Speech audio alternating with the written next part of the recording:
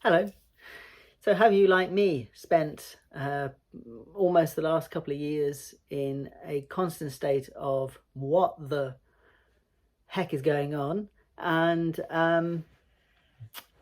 what I've done is I've just allowed myself to have a period of incubation. So whether we chose to have a period of incubation or we were forced to have one, the world went on hold amidst all the panic and the freeze, which is also a way of being on hold. We've all had a period of enforced reflection, and hopefully people have come out of fight flight and now begun to have a chance to do that. And in that time, I believe there's been a lot of inspiration. I've been inspired to look at things in a new way, or to certainly reflect on the way I have looked at things. And whether I like it or not, some things have been enforced upon me and some things have been very much up to me to sort out. So this period of reflection has allowed me to incubate, research, test, try out a lot of my new ideas.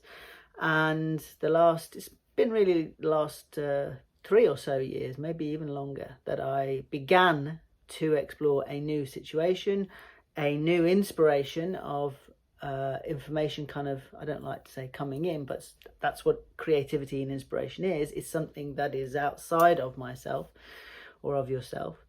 And it's very chaotic. There's a lot of chaos in all of this new information. So periods of research and periods of allowing those, my iPad's just restarted itself, periods of just letting the chaos settle and incubate. And I wanted to offer really some of what I've been doing as a way of perhaps helping other people to reflect. So in order to be able to allow that inspiration incubate, as it starts to make sense, if we allow it to, we can start to see the pattern, see the information, see what it is, and then consider how we might offer, share, become a valuable part, an integrated part of our tribes by sharing what we've learned.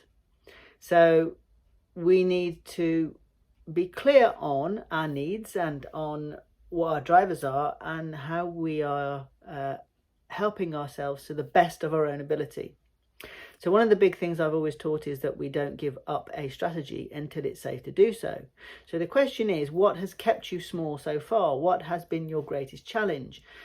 What have been your greatest physical challenges? And I've been addressing my health, and I've been doing a lot of getting back into my body and a lot of physical integration, as well as actually looking at my creative self, my self-identity, and looking at what my needs and challenges are. So really we can look at challenges and violations to our boundaries, our identity boundaries and our physical boundaries, and whether they're self-imposed or by others, and look at how that impacts us in our boundaries as we integrate with our tribes. And really it's a physical integrity which I can address. It gives me something to begin to hang things on. It's rather than it being all vague, I can start to look at what am I physically doing well and not so well. So the first question is about my physical boundaries. What is it that I really need? Where have I had my challenges? Where have I done maybe too much of something or not enough of something? I've had too much of something and not had enough of something else. And that can be everything from exercise and nutrition, just to my physical environment and space and how I feel in my own body. I can then look at really my self-identity. So what have been my challenges in terms of understanding myself, being clear on my own thoughts, my own ideas of things, what I believe to be true for me in the world, and what I have struggled to get my head around. And they come together in the tribe. And so some of my struggles can be related to my identity in the tribe or my physicality in the tribe. If you know me well enough, I've done a lot of body modification in terms of gender, and I've actually had a bit more tattoo done, and I've really started to feel more self-integral again, physically, mentally and emotionally. So now I am more clear on what my integration into society is, what my agency is, what is it that I have control of, what are my challenges, and where do I feel there have been violations. And instead of becoming the victim of those, even if I feel something has been done to me, it's a case of what is my agency, and what autonomy do I have to be able to be authentic, and what are my boundaries? Where do I say, no, this is me, or this is what I know, or no, I think, and I respect what you think or you believe to be the case. And then I have to integrate that as of value in the tribe.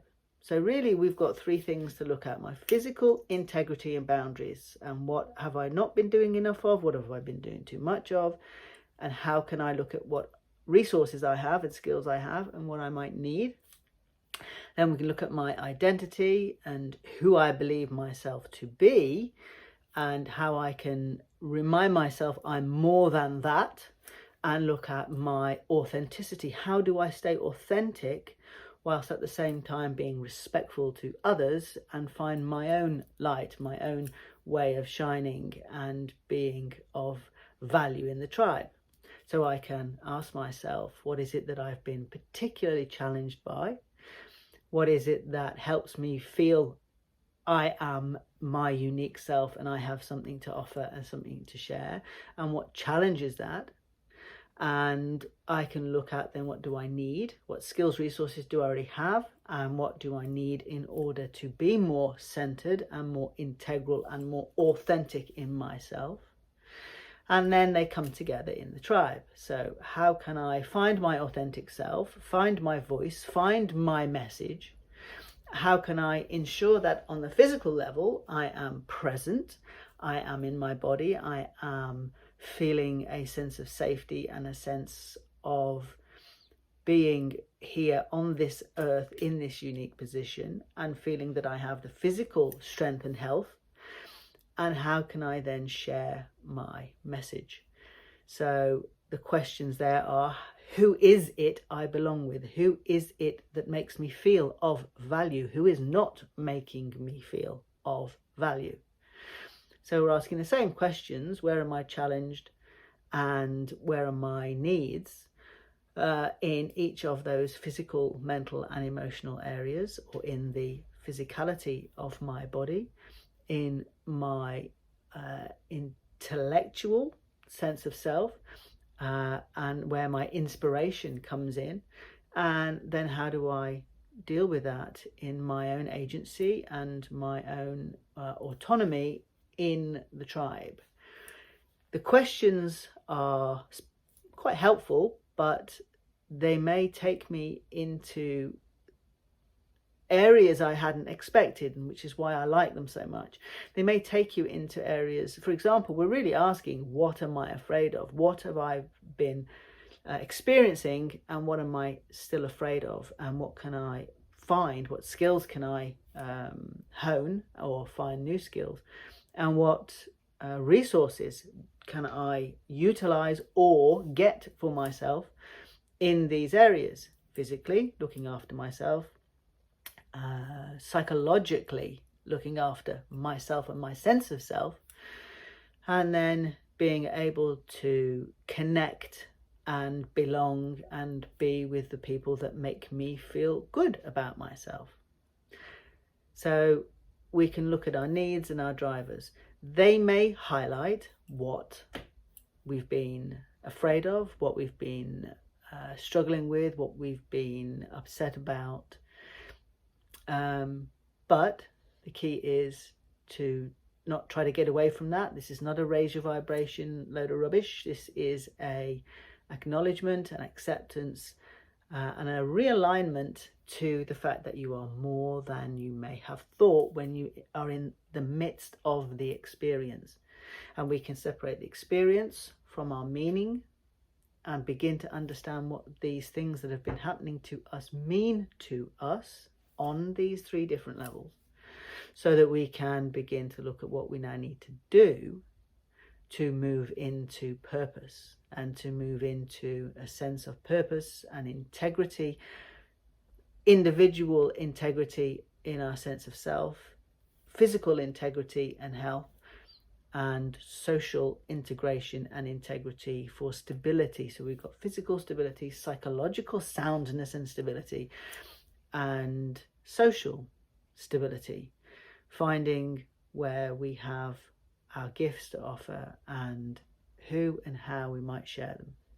So really, the courses that I'm going to be offering in the new year are still the same, 7 Steps to Conscious Health, but it includes more of this: how do we address what our needs are, how do we reflect on where we've been struggling, and how do we move into solution-led, individual addressing of needs and finding the resources and skills we need to move forward. So that plus the coaching course and some other exciting things. So just thought I'd share that with you. I've got a little diagram I just scribbled down before we started that I've been glancing my eyes over, so I guess I'll just share that with you at the end. There it is. That's just how I get ideas out of my head before I start talking, to try and keep me on track. If there's a lot of feedback, I'm happy to share that, but really there's a lot more to share and explore in the new year. Happy New Year, and look forward to seeing you soon.